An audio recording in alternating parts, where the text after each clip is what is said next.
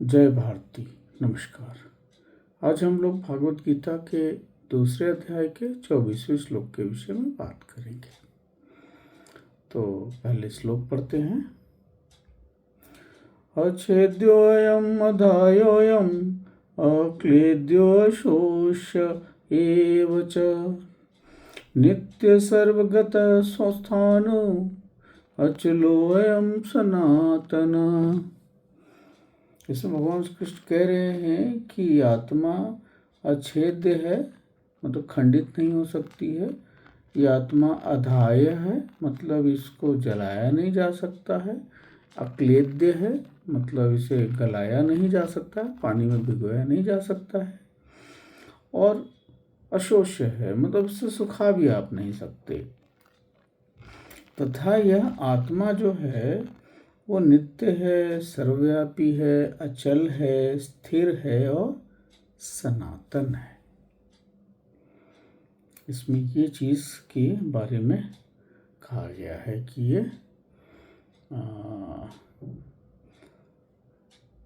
इसको अब कविता के विषय बारे में पढ़ते हैं, कविता के रूप में। क्योंकि है यह अखंड क्योंकि यह है अखंड, है अदाय, है वायु से अशोष्य, जल से अक्लेद्य, अचल अविकारी, नहीं परिवर्तन इसमें। अचल अविकारी नहीं परिवर्तन इसमें। यह सर्वव्यापी, चिरस्थायी, नहीं है अनित्य, मतलब नित्य है, सदा रहने वाला है।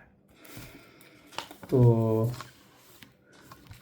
अब इसको हमें ये समझना है कि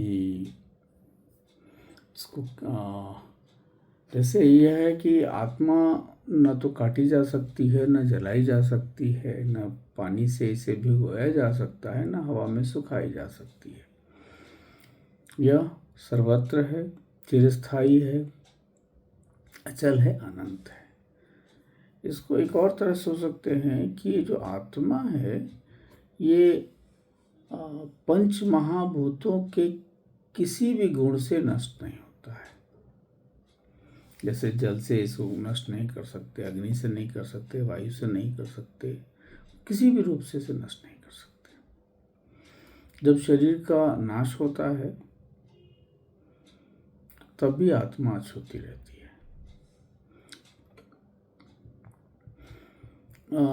इसको आप इस तरह से भी देख सकते हैं कि आत्मा पे कोई भी भौतिक क्रिया का असर नहीं होता है।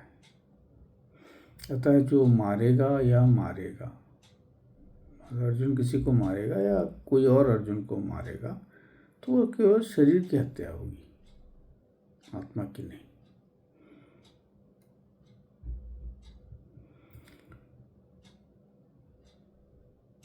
अब इसको आप ये भी समझ सकते हैं कि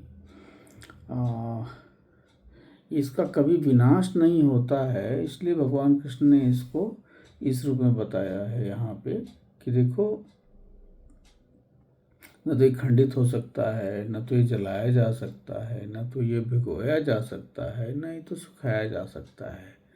इसीलिए और ये आत्मा जो है नित्य है, सर्वव्यापी है ना, सदा रहने वाला है, अचल है, सनातन है।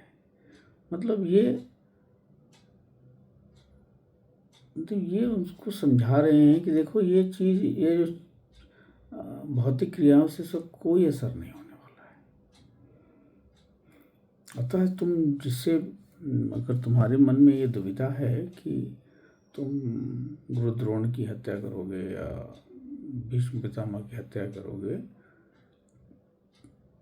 तो नहीं, क्योंकि उसको तो कुछ कर ही नहीं सकता कोई, आत्मा को कोई कुछ कर ही नहीं सकता। इसीलिए तुम सिर्फ अपना काम करो, जो तुम्हारा क्षत्रिय धर्म है उसको निभाओ। यही बार बार समझाने की कोशिश कर रहे हैं है ना। तो इस श्लोक वही 23वें का ही आगे का इसमें रखा हुआ है, ऑलमोस्ट उसी से थोड़ा एक स्टेप आगे बढ़े हैं, जहाँ उसमें कह रहे थे कि कोई शस्त्र इसको काट नहीं सकता, अग्नि जला नहीं सकती, जलप्रपात इसको भिगो नहीं सकता और पवन इसे सुखा नहीं सकता। यहाँ उन चारों बातों का मतलब उसमें शस्त्र की बात छोड़ दें, बाकी बातों का उद्धरण करते हुए ये बताया है कि यह आत्मा जो है नित्य है, सर्वव्यापी है और सनातन है, अचल है, और इसको आप हमेशा स्थिर रहने वाला है। तो इसी विषय को उन्होंने बताया है। कंटिन्यूशन में चीज़ें जा रही हैं आगे ताकि अर्जुन इसको समझ सके। और ये सांख्य योग बहुत ही अच्छा है, इसको समझने की चीज़ भी है। और मतलब मुख्यतः जिस तरह से वो अर्जुन विषाद योग में थे, तो उससे बाहर निकालने का भगवान कृष्ण का ये प्रयास है कि वो बाहर निकले और युद्ध करे। अब देखते हैं अगले श्लोक में भगवान कैसे अर्जुन को समझाते हैं। धन्यवाद।